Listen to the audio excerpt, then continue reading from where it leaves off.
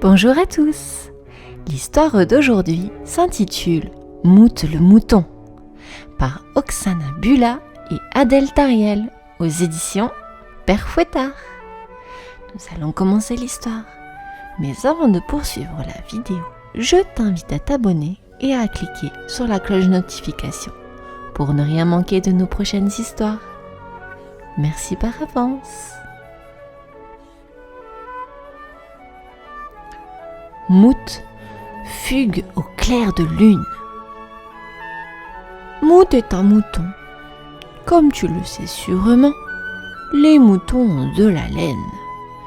Et ça tombe bien, parce que Mout adore la laine. La laine, c'est tout doux, comme une caresse sur la peau. Alors forcément, Mout déteste être tondu. Cette année, il l'a décidé. Les coups de tondeuse, ce sera sans lui.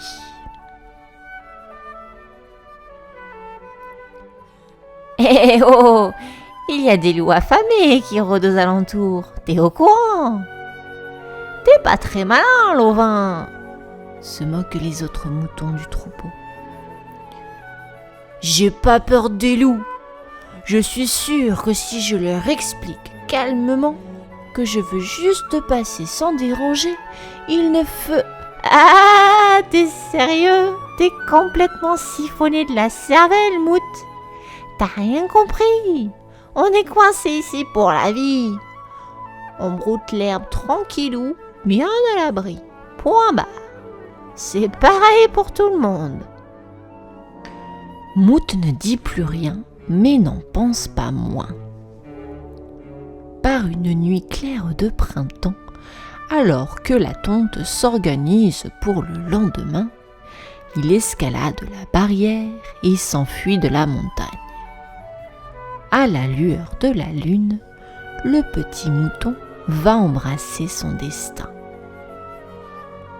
Le cœur battant, il court aussi vite qu'il peut pour rejoindre les premiers rochers.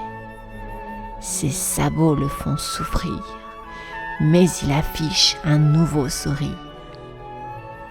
Épuisé, mais bien caché, il s'endort en un instant. Par une pente caillouteuse, il rencontre un chamois bondissant par là. Celui-ci le regarde de travers. « Hé, petit père, que fais-tu dans la montagne? T'es perdu? » ?»« Non, je suis parti découvrir le monde. Je veux voir où le soleil se lève et où commencent les nuits. » »« Pas sûr que tu vois le soleil se coucher. Un petit gigot comme toi, tu vas te faire dévorer tout cru. Ici, pas de berger pour te protéger. Ne t'inquiète pas pour moi. Le vaste monde m'appelle. Je dois répondre. Les jours passent et Mout regarde toujours droit devant lui. Il arpente des versants chaque fois plus abrupts. Son dos se couvre d'une nouvelle couche de laine douillette à mesure que le froid de l'hiver s'installe dans la montagne. Une fois le soleil couché, le petit aventurier entend les loups hurler à la lune. Aouh! Mais ne s'en inquiète pas. Il aime tant ses jours de totale liberté et ses nuits à la belle étoile.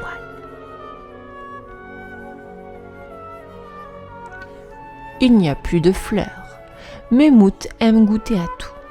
Des champignons, des pommes de pin, des petits bouts d'écorce. Il gambade, joyeux, il n'a jamais froid.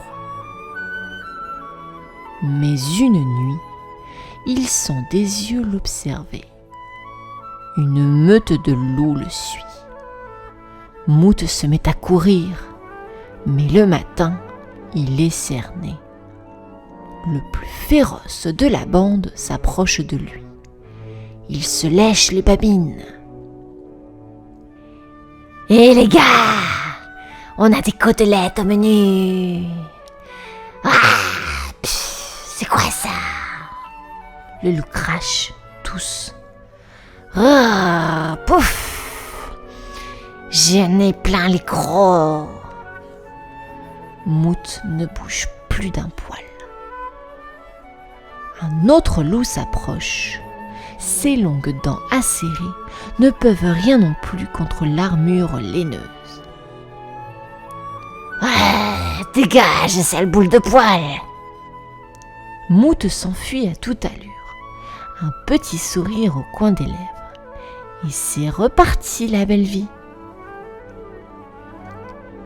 Quelques jours plus tard, alors qu'il s'étire, après avoir vaincu un nouveau sommet, il aperçoit un troupeau de moutons dans la vallée.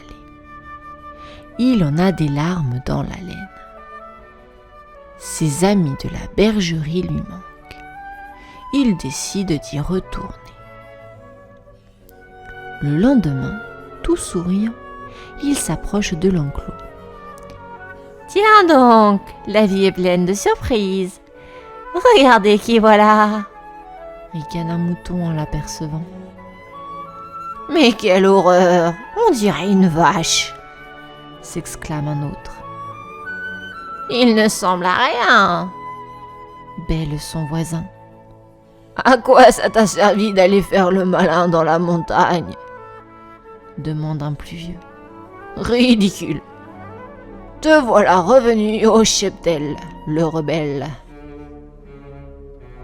Mout n'a pas le temps de répondre.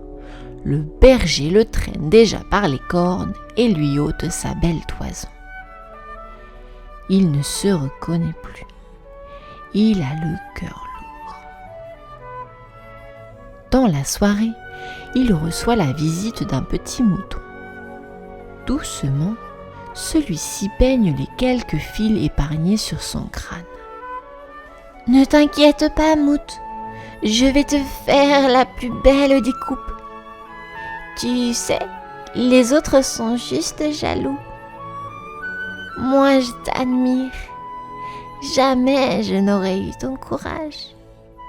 Raconte-moi les montagnes. » La nuit est belle, remplie de rires, de frissons et de chuchotis. Et l'aube les plus encore. Fin de notre histoire. J'espère que cela vous a plu. À bientôt.